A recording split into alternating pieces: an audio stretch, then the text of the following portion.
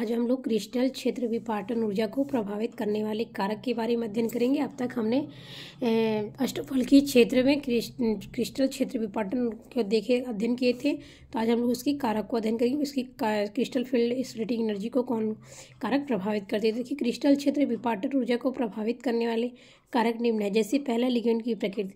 तो लिगेंड की प्रकृति से मतलब ये अर्थ है कि नेचर ऑफ लिगेंड, मतलब लिगेंड मतलब ये है कि दुर्बल है, कि किसी भी संकुल यौगिक में दुर्बल है, कि उदासीन है या धनात्मक है। तो इस प्रबल क्षेत्र लिगेंड होगा कि दुर्बल।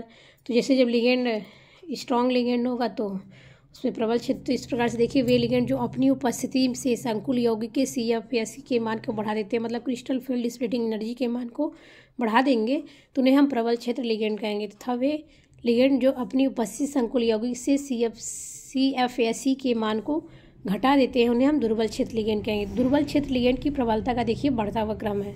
सबसे अधिक कार्बोनिल का है कार्बन मोनोऑक्साइड, इसको आप कहिए या कार्बोनिल कहिए इसको। फिर उसके बाद देखिए यहाँ पे cyanide ion, OH ion, chloride ion, bromide ion, iodine.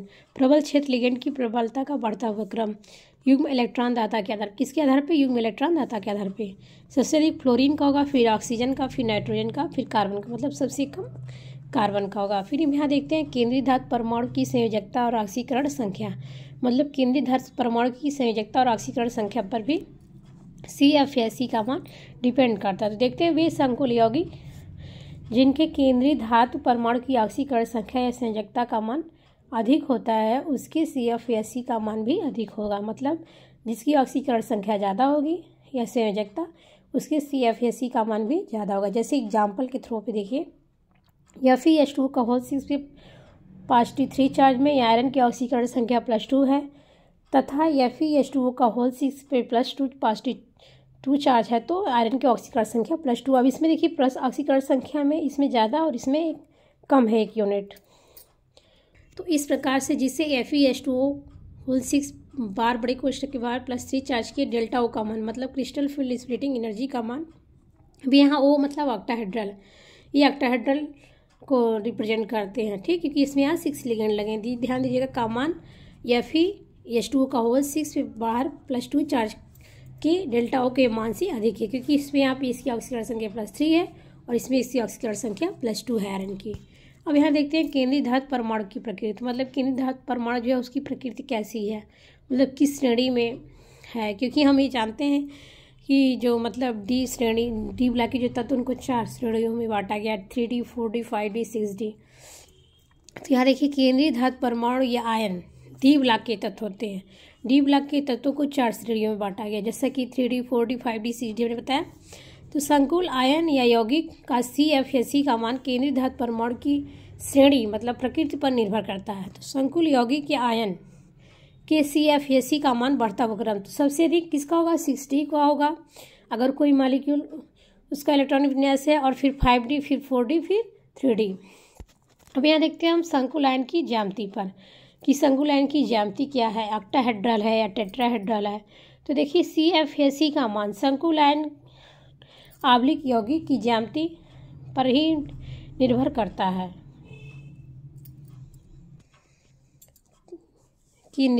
है, संकुल आयन की ज्यामिति चतुष्फलकी होने पर, मतलब जब वो चतुष्फलकी होगा, टेट्राहेड्रल होगा, तो उसके CF मतलब डेल्टा T का मान जो होगा अष्टफलकी ज्यामिति के CF डेल्टा के मान से कम होता है, क्योंकि डेल्टा T का जो मान होता है डेल्टा O के मान से 4/9 गुना कम होता है। जैसे यहाँ आप देखते हैं, एक रिलेशन है, क्योंकि पूछता भी है, और ख़ास करके PGT और में ही क्वेश्चन आया है किसी एक साल में या 2 बार, कि डेल्टा T और डेल्टा O में जो रिलेशन क्या है। तो ये चीज़ देखिए, 4/9 गुणे डेल्टा O, इस तरह से ये रिलेशन।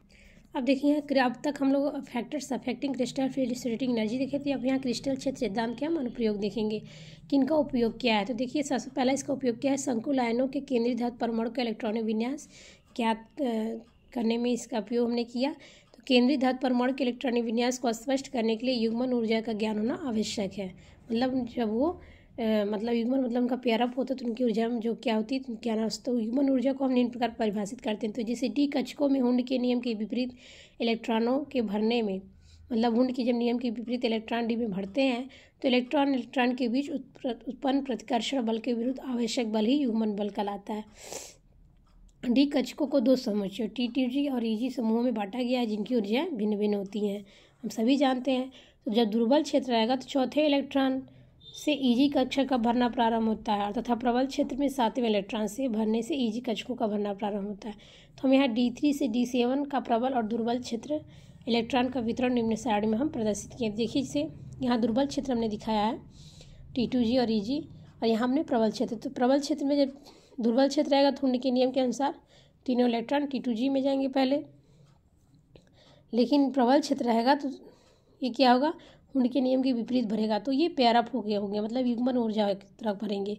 और D4 है तो चौथा इलेक्ट्रॉन EG में जाएगा, और प्रबल है तो चारों इलेक्ट्रॉन T2G में ही आएंगे। इस प्रकार से D5 पे 5वें इलेक्ट्रॉन 3 इलेक्ट्रॉन T2G में और 2 इलेक्ट्रॉन इसमें, लेकिन प्रबल क्षेत्र में क्या होगा, 5वें इलेक्ट्रॉन T2G में ही, और D6 में है तो क्या होगा, 6वें इलेक्ट्रॉन, पहले एक इलेक्ट्रॉन हम T2G में, फिर EG में, और फिर बचता है तो पुनः फिर T2G में, लेकिन इसमें 6 इलेक्ट्रॉन क्या है, प्रबल T2G में ही रहेगा प्रबल क्षेत्र में। और 7वें इलेक्ट्रॉन में क्या है, इनका उसी तरह से क्रम रहेगा वुंड के नियम के अनुसार, लेकिन प्रबल क्षेत्र में 6 इलेक्ट्रॉन इसमें फिलअप हुए, तब ये एक इलेक्ट्रॉन, तो इसमें 7वां इलेक्ट्रॉन और इसमें चौथा इलेक्ट्रॉन, तो ये चीज़ यहाँ पे बताया गया है। अतः प्रबल क्षेत्र में न्यून चक्रण संकुल यौगिक तथा दुर्बल क्षेत्र में उच्च चक्रण संकुल यौगिक बनता है इस इलेक्ट्रॉन के भरने के आधार पे। अब यहाँ देखते हैं हम चुंबकीय गुण। तो संकुल यौगिक जिनमें युग्मित इलेक्ट्रॉन पाए जाते हैं और चुंबकीय गुण को प्रदर्शित करते हैं, और जिसमें युग्मित इलेक्ट्रॉन नहीं पाए तो उन्हें प्रतिचुंबकीय गुण को देते हैं। तो संकुल यौगिकों की हम चुंबकीय गुण का मान निम्न सूत्र की सहायता से ज्ञात कर लेते हैं। पहला क्या है, mu effective equal to √n को अष्टमी n+2, ये n+2 है, एक में ऐड थोड़ा सेट किया है, और ये Bm मतलब बोर मैग्नेटाइज इसका मात्रक होता है, जहाँ n युग्मित इलेक्ट्रॉनों की संख्या है और म्यू इफेक्टिव चुंबकीय गुण, इसका मान क्या है, बोर मैग्नेटाइज होता है, इसके मात्रक है ये Bm। अब यहाँ देखते हैं हम उसके अनुप्रयोग से संकुल आयनों के रंग के बारे में जानकारी प्राप्त करते हैं। तो देखिए डी कक्षकों को 2 समूहों में बांटा गया, जिनकी ऊर्जा भिन्न भिन्न होती है, हम सभी को पता है, T2G और EG। इनकी ऊर्जाओं का अंतर दृश्य क्षेत्र में पड़ता है, अर्थात संक्रमण धातु आयन या संकर आयन यौगिक दृश्य स्पेक्ट्रम से ऊर्जा अवशोषित करते हैं, और अतः ये यौगिक रंगीन होते हैं तथा यौगिक का रंग अवशोषित रंग का पूरक होता है। और संक्रमण में डी कक्षकों के T2G और EG समूह का उपयोग होता है, और यह DD संक्रमण कहलाता है, मतलब उपयोग होना ही DD संक्रमण या DD ट्रांजिशन कहलाता है। अतः DD संक्रमण यौगिकों के रंग का कारण है, मतलब अगर संक्रमण DD ट्रांजिशन ना कोई पूछे कि यौगिक, तो ये DD ट्रांजिशन के कारण ही होता है। तो यहाँ देखिए इस प्रकार से हम समझते हैं। तो DD संक्रमण जो होता है वो D1 से D9 आयनों में संभव होता है, मतलब जिसमें इलेक्ट्रॉन D1 से D9 पाएंगे उसी में संभव है, इसलिए ये यौगिक रंगीन होते हैं। जबकि D0 और D10 या DD संक्रमण प्रदर्शित नहीं करती, क्योंकि इसमें D में युग्मित इलेक्ट्रॉन ही नहीं है, ये फुल्ली फिल्ड और ये 0 है, मतलब खाली है, अतः ये संकर यौगिक रंगहीन होते हैं। तो यहाँ देखिए D1 आयन में DD संक्रमण नीचे कैसे प्रदर्शित किया गया है। अब जैसे ये EG ऑर्बिटल, ये T2G ऑर्बिटल, ठीक, तो ये ग्राउंड स्टेट में है, लेकिन जब इसे कुछ एनर्जी दे दी जाती है तो इस एक्साइटेड स्टेट में चल जाती है, तो इनका ये इलेक्ट्रॉन इसमें चला जाता है और एनर्जी ये एब्जॉर्व करके, तो इस प्रकार से इसमें हम DD ट्रांजिशन देखने को प्राप्त करते हैं। तो इस प्रकार से Fe2 में आयरन की ऑक्सीकरण संख्या +3 है, तथा इसमें केंद्रीय धातु परमाणु Fe3 आयन देता है, जिससे यह DD संक्रमण को प्रदर्शित करता है, मतलब इसमें युग्मित इलेक्ट्रॉन पाए जाते हैं और यह रंगीन होता है। तो अब ये इसकी हम सीमाएं देखते हैं, क्रिस्टल फील्ड थ्योरी की सीमाएं देखते हैं। मतलब अब तक हमने प्रयोग देखा, अब इसकी सीमा मतलब किस चीज़ को ये अच्छे से व्याख्या नहीं कर सके, या आगे में कुछ जो कमियां रह गई क्या थी। यह सिद्धांत जो है ऋणावेशित लिगेंड को बिंदु के रूप में प्रदर्शित करता है, मतलब अगर कोई लिगेंड को बिंदु के रूप में इंडिकेट करता है, जबकि उदासीन लिगेंड जो है वो द्विध्रुव मतलब पोलराइज फॉर्म में रहता है, जिसे ऋणात्मक लिगेंड जो है उदासीन लिगेंड से प्रबल हो जाते हैं, प्रबल होने चाहिए, किंतु OH लिगेंड जो है वो NH3 से दुर्बल है, इसको ये डिफाइन नहीं कर पाते, इसकी इसलिए इनकी ये सीमा है। इस सिद्धांत में केवल डी कक्षकों का उपयोग किया गया है, ये भी एक समस्या है, और यह वैद्युत के अंतर क्रिया पर आधारित है, किंतु यह धातु के शून्य ऑक्सीकरण अवस्था वाले संकरों में यह कल्पना व्यर्थ सिद्ध होती है, क्योंकि यह सहसंयोजी बंध होना चाहिए। और ये पॉइंट इसको आप 3rd पॉइंट कर सकते हैं, ठीक।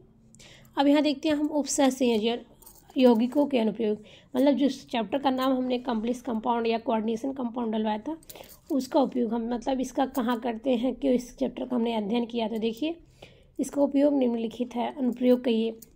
सबसे पहले हम गुणात्मक विश्लेषण में करते हैं। गुणात्मक विश्लेषण मतलब जैसे अब जब अमोनिया मूलक का परीक्षण करते हैं लैबोरेटरी इनऑर्गेनिक केमिस्ट्री में, तो यहाँ देखिए इनऑर्गेनिक में नहीं, ये ऑर्गेनिक में आएगा, ठीक है। ये शून्य समूह का है।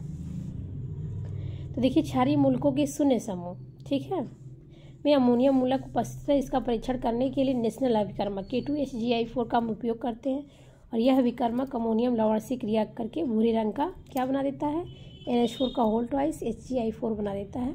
इस प्रकार से अमोनिया मूलक का परीक्षण हो जाता है। और फिर यहाँ धातु के निष्कर्षण में जब हम सिल्वर और सोने धातु के सैनाइडीकरण विधि में उपसर्ग संयोजी यौगिक का उपयोग होता है, तो सिल्वर धातु के अयस्क अर्जेंटाइट अयस्क के सांद्रित विलयन की 0.4% सांद्रता वाले सोडियम साइनाइड के विलयन से वायु की उपस्थिति में कराने पर संकर यौगिक सोडियम अर्जेंटोसाइनाइड प्राप्त हो जाता है, जिससे अक्षेपण कक्ष मिलाया जाता है और जहाँ पर जिंक की कर्तनें रखी होती है और यहाँ पे सिल्वर प्रतीक हो जाता है। इस विधि को मेक आर्थर फॉस्फेट विधि कहते हैं। अब ये पूछा जा सकता है मेक आर्थर फॉस्फेट विधि में किस चीज़ का प्रतीक कहता है। खासकर क्वेश्चन ये बड़े लेवल का है, जैसे TGT या PGT लेवल में पूछ सकता है कि मेक आर्थर फॉस्फेट विधि किस लिए प्रयोग किया जाता है, तो जिंक को सिल्वर को प्रतीक करने के लिए एक तरह से।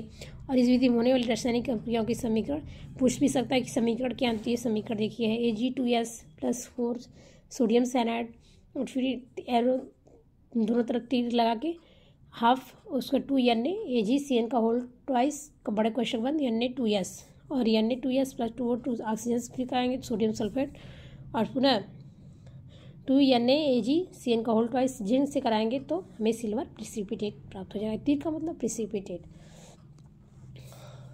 अब यहाँ देखिए धातुओं के शोधन में मतलब उपसर्ग से जो यौगिकों का धातुओं के शोधन में भी उपयोग होता है। जैसे अशुद्ध निकुल को जब CO से क्रिया कराते हैं, ठीक, तो NiCO4 गैसीय अवस्था में प्राप्त हो जाता है, जिसे गर्म करने पर निकल प्रतीक हो जाता है। जिस तरह से आप रिएक्शन समझ सकते हैं। और फिर इसका उपयोग हम जैविक निकायों में भी करते हैं। तो विभिन्न संक्रमण धातुएं chromium, iron, copper, zinc, manganese, vanadium, cobalt, nickel, molybdenum इत्यादि जैविक अभिक्रियाओं के लिए आवश्यक संक्रमण धातुओं में पाई जाती है। मतलब इनका उपयोग हम जैविक धातुओं में करते हैं। यहाँ देखिए प्रकृति में पाए जाने वाले किलेटिंग पदार्थों में पोरफायरिन अणु जो होते हैं मुख्य होते हैं, जो संकर यौगिक बनाने में 4 नाइट्रोजन परमाणु को इलेक्ट्रॉन युग्म धातु के रूप में प्रयोग करते हैं। जैसे पौधों में पाया जाने वाला हरा वर्णक क्लोरोफिल जो होता है Mg+2 चार्ज का एक समतल यौगिक होता है। हीमोग्लोबिन वर्णक जो मानव रक्त को लाल रंग प्रदान करता है, ठीक, ये पौधों को प्रदान करते हैं हरा रंग और ये मानव रक्त को लाल रंग प्रदान करते हैं। तो Fe+2 एक पोरफायरिन संकर ये भी है जो 4 नाइट्रोजन परमाणु और जल के अणु के साथ उपसर्ग संयोजी बंध बनाता है और जल का अणु ऑक्सीजन अणु द्वारा उत्क्रमणीय रूप से विस्थापित हो सकता है, जिससे ऑक्सीहीमोग्लोबिन प्राप्त हो जाता है। जिससे हीमोग्लोबिन से जब ऑक्सीजन रिएक्ट करता है तो ऑक्सीग्लोबिन और वाटर मॉलिक्यूल यह साम्य ऑक्सीजन के दाब में परिवर्तन के द्वारा विस्थापित हो सकता है। तो इस प्रकार से इनका जैविक निकायों में भी उपयोग होता है। यहाँ देखिए धातु कार्बोनिलों में बंधन सबसे लास्ट टॉपिक है कि मतलब धातु कार्बोनिल किस प्रकार का बंधन पाया जाता है। तो होमोलिप्टिक कार्बोनिलिक अधिकतर संक्रमण धातुओं द्वारा निर्मित होते हैं और इन कार्बोनिलों की संरचना सरलता सुस्पष्ट होती है। जैसे एग्जाम्पल के रूप में टेट्रा कार्बोनिल, ये जो है रोमन इनकी ऑक्सीकरण संख्या को रिप्रेजेंट किया गया है चतुष्फल के, जबकि पेंटा कार्बोनिल आयरन त्रिकोणीय द्विपिरामिडी है, जबकि हेक्सा कार्बोनिल कोरिन 0 अष्टफल की है। टेका कार्बोनिल डाईमैग्नीज 2 वर्ग पिरामिडी और यमियन CO का होल फिर इकाइयों से बना है जो यमियन आवन से जुड़ी रहती है। और ऑक्टा कार्बोनिल डाई कोबाल्ट 0 में 2 CO आबंधों के मध्य एक CO समूह सेतु के रूप में रहता है। जैसे यहाँ देखिए स्ट्रक्चर में दिखाया NiCO4 का और इसका FeCO4 का द्विकोणीय द्विपिरामिडी, ये चतुष्फल की में है। CO का होल 6 का ये स्ट्रक्चर है और ये देखिए Mn2 CO का होल 10 है और ये देखिए शीत के रूप में ये बना है 2 CO2 CO का होल ट्वाइस। कुछ प्रति होमोलिप्टिक धातु कार्बोनिल की संरचना इस तरह से है और ये इस तरह से कार्बोनिल संकुल में सक्रियाशीलता आबंधन निम्न क्रिया के उदाहरण है। मतलब इस तरह से इनमें सक्रियाशीलता आबंधन दिखाया गया कि इस प्रकार से मेटल और कार्बोनिल के बीच में होते हैं। ये मेटल है मतलब सेंट्रल मेटल आयन है और ये कार्बन और ये ऑक्सीजन कार्बोनिल ग्रुप जो लगा है। अब यहाँ देखिए धातु कार्बोनिलों में धातु कार्बन आबंध में सिग्मा तथा पाई दोनों के गुण पाए जाते हैं।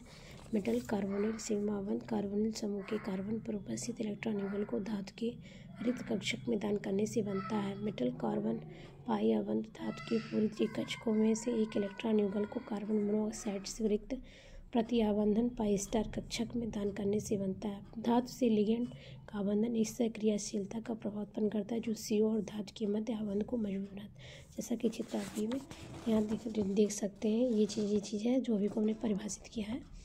ठीक,